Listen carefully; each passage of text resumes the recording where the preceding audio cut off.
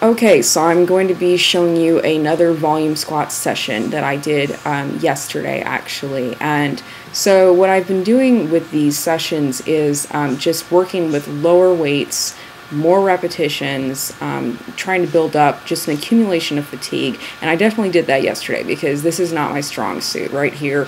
Busting out a lot of reps because I have just like such a slow strength curve on squatting. It's harder to get through a long set. So, you see all kinds of things that happen when I fatigue. And frankly, I think this first set was possibly the worst of all of them because it takes me a while to like wake up the part of me that says I need to apply speed to this, and I also need to just kill myself in order to maintain an upright kind of torso and really pack my neck.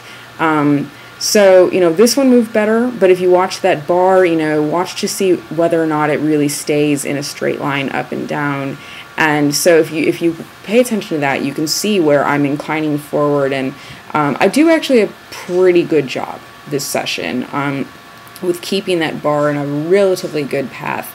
But sometimes it's very telling to watch it. One thing I do is I have my left shoulder kind of come forward on me when I fatigue. Maybe just the entire upper body is torquing to the left. It's something that's, see it happen there.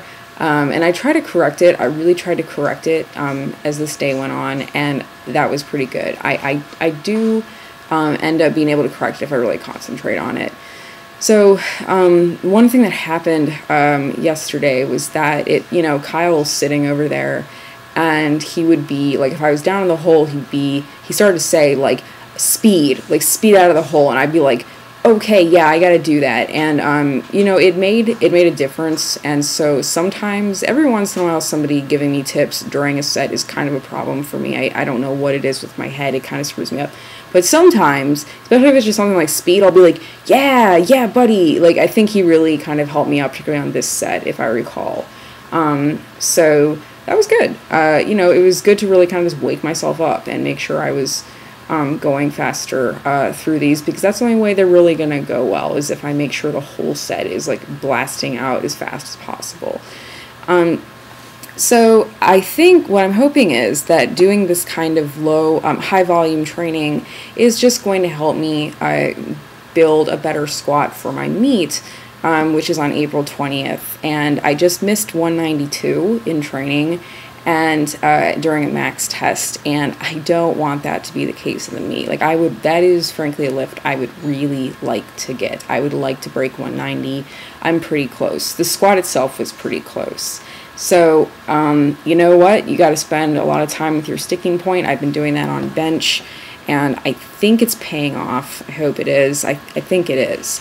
So, maybe after the meet, I'm really going to start to, like, hammer a lot more volume. It's just really going to have to be my go-to in terms of lifting, or at least do a little bit more of what I'm doing right now, where I have these days in addition to the heavy days where I am just doing like higher rep work.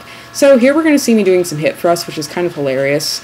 I don't know. I did a really bad job of some of these sets yesterday. The squatting, the accumulated fatigue of squatting just really made it so I was sucking at these.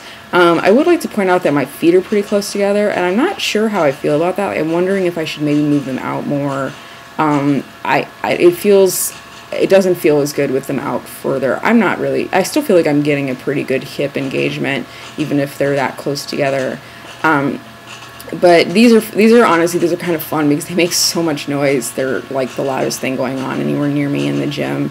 And I really just think, and yeah, there's me making a face there. I don't like doing them, and that's kind of a signal that I need to be doing them.